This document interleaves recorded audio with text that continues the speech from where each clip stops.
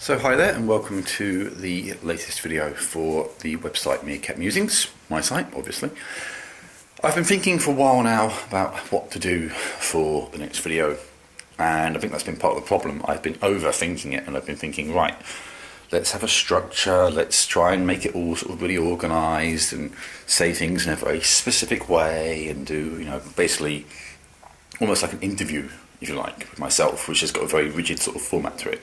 And I just thought, you know what, that's not going to work. That's not me. I'm not organised like that. And to be honest with you, I think it would sound boring.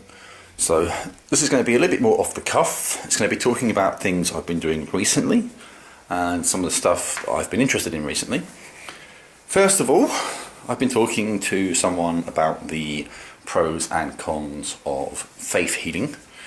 You can find that particular discussion on my website. The address for that particular discussion is in the description for the video, so please feel free to have a look at that to get more details on what I'm talking about. Basically, the bottom line is I saw that particular post by an individual on a website called Theology. I'll try and say that again. Theology, Archeology. And what they were basically saying is they feel it's unfair that parents of children who've died because they've gone to a faith healer should be prosecuted. And they feel that's basically an attack on their religious rights. They argue that faith healing is in fact a viable option in circumstances where a child is sick, and they argue that because there is not an absolute certainty as to the effectiveness of modern medicine in certain situations, it's basically not right to assume the effectiveness of modern medicine. Now, it's true that medical science can't solve every problem, and even with problems it can solve, those cures do not work in every single set of circumstances. Of course they don't. Every human body is slightly different. We all respond in different ways to different things. However, we do know that with certain conditions and certain illnesses, there are options which are going to work in the vast majority of cases, which is the point I stressed to the author of this article. Worth noting here that I have had a couple of discussions with this particular guy before. We had an argument at one stage regarding the rights of businesses versus the rights of people. That was to do with homosexuality. You can probably imagine the person I'm discussing this with, being quite religious, is certainly not in favour of things like gay marriage or homosexual rights, whilst me, I don't see how it affects anybody, to be perfectly honest with you, if two people of the same sex want to get married. And that's that. That discussion can also be found on my site, so again, please feel free to take a look at that in more detail. Going back to the faith healing thing, look at it this way, and I used this particular example in my discussion, but I'm going to go into it in more detail now. You're driving a car, your child is in the back seat, the law tells you you need to wear a seatbelt. Okay? Simple enough. If you, as the adult in the car, do not buckle up and you have an accident and you hurt yourself, well, in that particular example, not only can you be prosecuted, but more importantly, it's actually your decision not to wear a seatbelt, and you've gotten hurt. And who can you blame? No one but yourself. You were an idiot, you should have worn your seatbelt, you didn't, you got hurt. So any consequences from that are entirely on your own shoulders. If you, for whatever reason, don't do your child's seatbelt up, and your child is injured, or worse, killed, then you are liable, you are culpable in that situation for what's happened to your child, or indeed to any child under your care. So, your mistake has hurt someone else. It has hurt a child or killed a child. Now, what do you think should happen next? What's going to happen next? Well, it's obvious, isn't it? You're going to face criminal charges, and rightly so. You were negligent in your responsibilities towards the safety of that child. So, it's only right that you should be punished for that. And that was basically the same thing when you go to a faith healer rather than going to a medical practitioner. As an adult, you can do that. That's fine. That's your freedom. That's your choice. I think it's stupid. It's not proven to work. But you're the adult. You make that decision for yourself. And if things go wrong and you actually get worse, you only have yourself to blame. If it turns out you're going to die because you had the chance to see a doctor and you didn't, the only person you can blame is yourself. If you withhold those rights from a child, if you deny your child access to a doctor, then it's the same thing as if you didn't do up their seatbelt. You are responsible for what happens to that child in those circumstances. You have a duty of care to look after your child.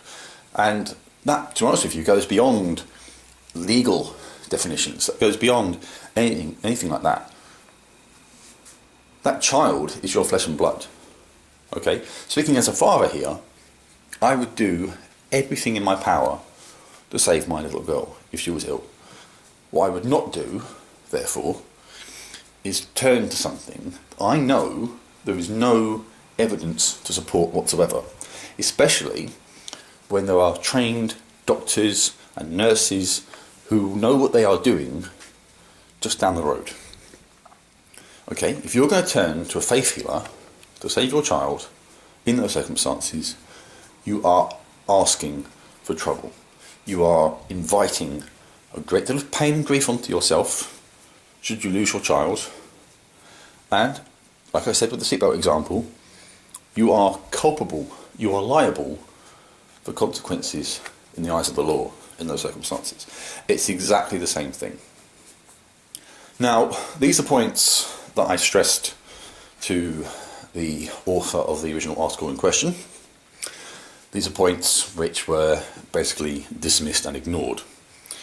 And he started to argue that I was trying to tell parents how they can look after their children, how they should, how they should raise their children and all that kind of stuff, which is a complete and total red herring.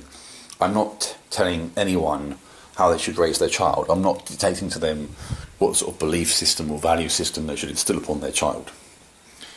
There's a distinction between the values you import to your child and ensuring that they're safe and healthy. And for whatever reason, this guy refused point blank to see that distinction. He also insisted several times over that faith healing should be considered to be a viable option. He kept saying that it's proven to work, but what he didn't do was provide any evidence to support that. So that's basically an empty statement. It means nothing. Statements without evidence are just that. They're statements. What do they mean? Some things you can back up through logic, but some things you need evidence for. If you're going to say to me that faith healing is just as much of an option as modern medicine, you need to be able to back that up. Because just saying the Bible says so, or something along those lines, for example, doesn't cut it. We're talking about health here. We're talking about a child's health. That's not something that you play games with. You don't gamble with that. Unless, of course, you're very much a fundamentalist in your religious beliefs. But does that mean you should be excused from the law if there's consequences? No, it doesn't. The law does not factor in your religious beliefs when it comes to the health and safety of other individuals. And why should it? There are so many different beliefs and cultures out there, and there are so many different interpretations of those beliefs and cultures, Within Christianity alone, you have different interpretations of certain things. So, which one of those do you pick for the dominant presiding one in circumstances involving health and safety? Do you let everyone decide for themselves based on their own beliefs? That's not going to work. That's going to cause chaos. So the only fair way of dealing with that is to say, right, when it comes to matters like that, no one's religion, no one's beliefs are going to trump a neutral system of law and order, least of all when it concerns the health and safety of children. Otherwise, you open up a monstrous can of worms. This is something that, once again, the author of this site does not get. He does not grasp this. This came up in our discussion about homosexual rights, and it just seemed to be lost to him. And he kept replying saying, "Oh, you're trying to impose your values upon me." And he said that a few times in our discussion about faith healing. That's not what it's about. I am not saying to anyone at all, really, that you can't believe what you want to believe. Never said that, never will. But there is a distinction between your beliefs and the impact of those upon the rights and freedoms of other people. And that's very important. That's a distinction that's there for a reason. Otherwise, you're going to be using your religious beliefs to impose your judgments upon other people, which is effectively what the author of the site wants to do. He wants to do that to homosexuals. He complains that homosexuals are trying to impose their value systems upon him. The reality is, they just want the same freedoms he's already got. The freedom to get married, the freedom to get a job without being discriminated against. At the end of the day, it does not affect him in any way, shape or form if two people who love each other want to get married. How does it impact his life? It doesn't. At the end of the day, the bottom line is, he doesn't like it, he's using his religion to try and justify it, and this is the same sort of thing that's going on here in respect to faith healing as well. He feels it's a viable option. The fact of the matter is, that's only his personal belief. It is not a fact-based conclusion. Therefore, how can it possibly be trusted? Especially given what the evidence actually says. And this is another point that I raised with him. He pointed out, in an article he linked to, there have been 172 deaths from sort of faith healing, if you like, where it's obviously had no impact, and these deaths have been of children. This has taken place over a span of 20 years, but these are only the cases which are known, because faith healers do not keep records in the same way that hospitals do. Do they in fact keep any records? The bottom line is, we don't know. It's very vague. There's a lot that we simply do not know because people do not keep records. He points out in his original post that over the course of 3 years, 600,000 patients died as a result of neglect or malpractice in the US. 600,000. Now, obviously that's a lot of people, and it's obviously very, very unfortunate. It's not right. It shouldn't happen. However, they represent 1.6% of the total patients over that period in this particular study. So, what that means is there were 37 million patients seen over that period. 98.4% of those patients were not harmed or killed as a result of neglect or malpractice. Now, it's true that some of those patients would have died.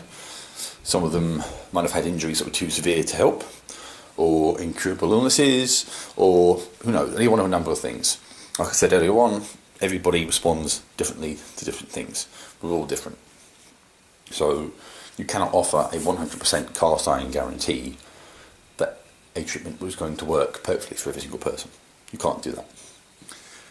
However, the point of his original post, and the point that I put him back to, because he began to go off tangent a few times, is very simple. It's effectively neglect, negligence, if you like, for a parent to turn to a faith healer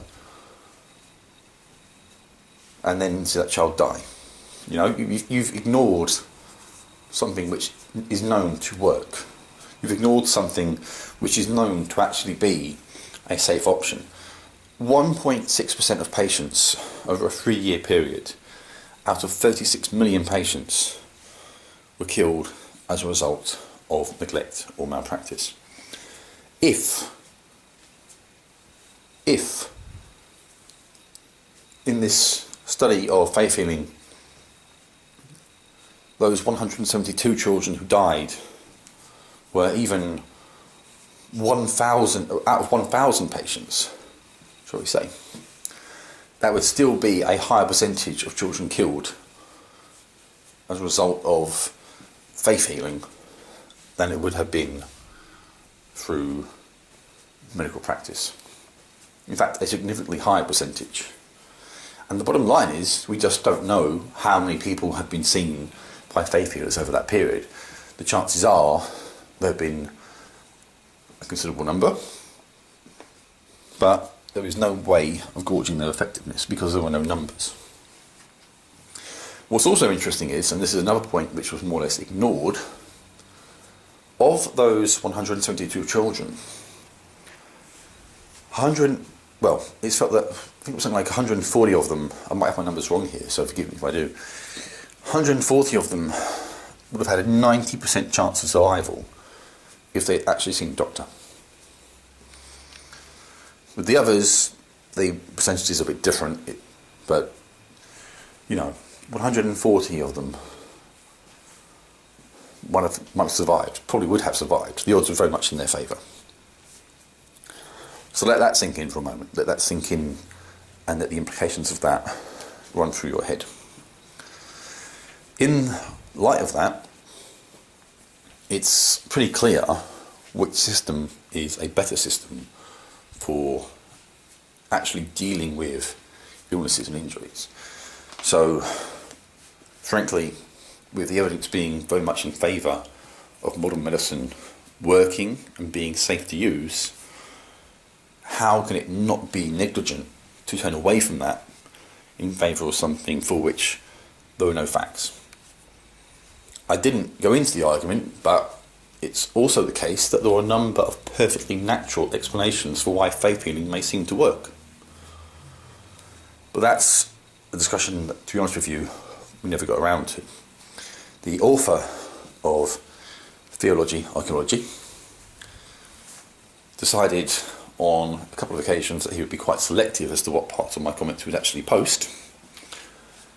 So if you look at his site, you will see a fairly sort of lopsided take on things every now and then. And he's also repeatedly said he's addressed my points. I don't believe he has. What I would say to you is, take a look at my site, take a look at his, and then decide for yourself. Make up your own mind. Final thought would be, if he's going to bring up the subject of God's law, like I said before, there are so many different beliefs and faiths. Which one becomes the overriding one in circumstances like this? And the bottom line is, given that everyone will believe their beliefs are the absolute right ones, you will never have a consensus on that. That's why we separate church and state. That's why we separate religious beliefs from the operation of the country, from the state. Because that way everyone is treated the same, everyone is treated fairly. You're free to practice your beliefs in places of worship and in private, but your beliefs do not trump everyone else's beliefs. And then when you're in society, when you're at work, when you're in places of education, when you're dealing with the law, everyone's going to be treated the same way. That's what should happen. Of course, we know it doesn't always happen that way, but that's certainly the model. Whereas if one particular system of religious law takes over, then you're going to see serious problems. You only need to look at countries which operate based on religious laws to see most of these countries have terrible human rights records. Do you want your country to be like that? I certainly don't. Well, that's everything I've had to say on this topic. It's quite a weary topic, to be honest with you. But there you have it. So that's the latest video from Meerkat Musings. I hope that you take the opportunity to look at the links. I hope I don't know if enjoyed this video is the right word, but I hope you've been left feeling informed, as it were, or at the very least that it's given you something to think about. That's the main aim of what I'm doing with these videos on my site, making people think, or hopefully making people think. You don't have to agree with me. Please don't feel that you have to agree with me. If you don't, and you want to post a comment on this video or on the site, please do. As long as it's not abusive, I will share it. That's absolutely fine. And if you do agree, I'd like to hear from you as well. I'd like to hear other perspectives, basically. Thanks for watching. Enjoy the rest of your day.